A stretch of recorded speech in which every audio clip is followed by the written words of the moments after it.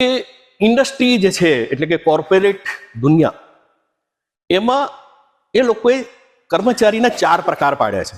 4 એ લોકો ઇન્ટરવ્યુમાં પ્રશ્ન પૂછે છે અને પ્રશ્ન પૂછી અને એ લોકો કેટેગરી નક્કી કરી લે છે કે આ કયા વર્ગમાં આવે છે. અને એ વર્ગમાં જો પહેલા 2 વર્ગમાં આવે, પહેલો પ્રકાર ને બીજો પ્રકાર, તો એ લોકો એને હાયર કરી લેતા હોય છે. અને ત્રીજો અને ચોથા પ્રકારમાં આવે ત્યારે લોકો કહી દે છે જાઓ ભાઈ, તમારી કોઈ જરૂર નથી અહીંયા. હવે આપણે જે બધા અહીંયા ભેગા થયા છીએ તો આપણે પહેલા 2 પ્રકારમાં આવીએ એ બહુ જ જરૂરી છે. હવે હું સમજાવું કે આ 4 પ્રકાર કોર્પોરેટ દુનિયાએ કયા નક્કી કર્યા છે. પહેલો પ્રકાર છે, હું મારી થોડીક અલગ અંદાજમાં હું તમને સમજાવવા માંગુ છું કે પહેલો પ્રકાર છે અને એ પ્રકારમાં એવું કહેવામાં આવે છે સુપિરિયર દ્વારા એવું કહેવામાં આવે છે કે ભાઈ આ કામ તમારે કરવાનું છે. ત્યારે એ શું કહે છે ખબર છે? સાહેબ થઈ જશે, આ કામ મને ગમે છે સાહેબ, થઈ જશે. સુપિરિયર એને એમ કહે કે ભાઈ થઈ જશે એટલે તું કઈ રીત નથી શીખ્યો, તને કઈ ખબર છે ખરી આ કામ થશે એમ? સાહેબ થઈ જશે સાહેબ, મારા પર વિશ્વાસ રાખો સાહેબ, મારી પાસે ટેલેન્ટ છે, મારી પાસે અનુભવ છે સાહેબ, થઈ જશે. અને પછી પણ મને જરૂર પડી તો ગૂગલ છે મારી પાસે, સાહેબ થઈ જશે. અને આવા લોકો બીજા દિવસે કામ સાહેબને ધરી દેજે, સાહેબ થઈ ગયું આ કામ, આ સાહેબ થઈ ગયું કામ. અને આવા લોકો પહેલા વર્ગમાં આવે છે અને આવા લોકોની બોલબાલા હોય છે.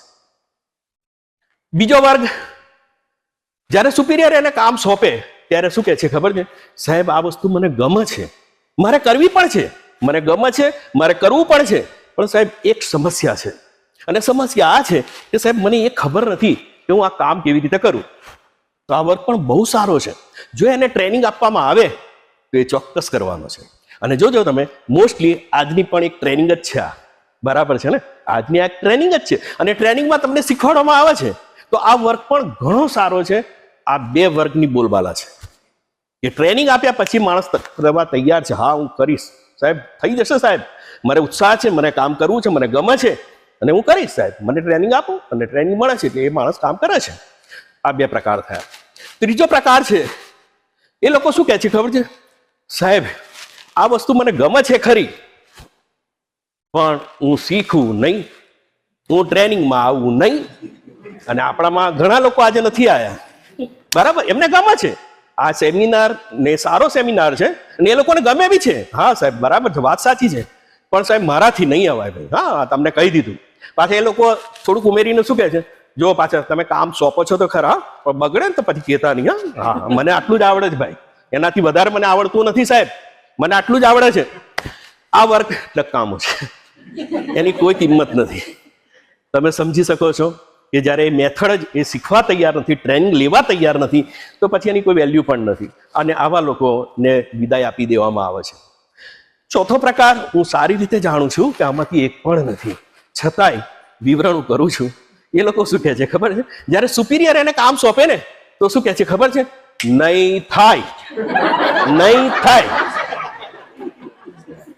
ફલાણાને કીધું એ પગાર લે છે ને, ઢીકણાને કીધું એ પગાર લે છે, મને કહેવાનું, મને કહેવાનું નહીં થાય. પછી આ લોકો આટલેથી અટકતા હોય તો વાંધો નથી, પછી શું કહે છે ખબર છે? આ લોકો શું કહે છે? એ કામ તો નથી જ કરતા, ગમતું બી નથી ને કરવું બી નથી, પણ સાથે એક વાક્ય બીજું ઉમેરે છે, હું કોઈ કરશે ને તો કરવાય નહીં દો. હા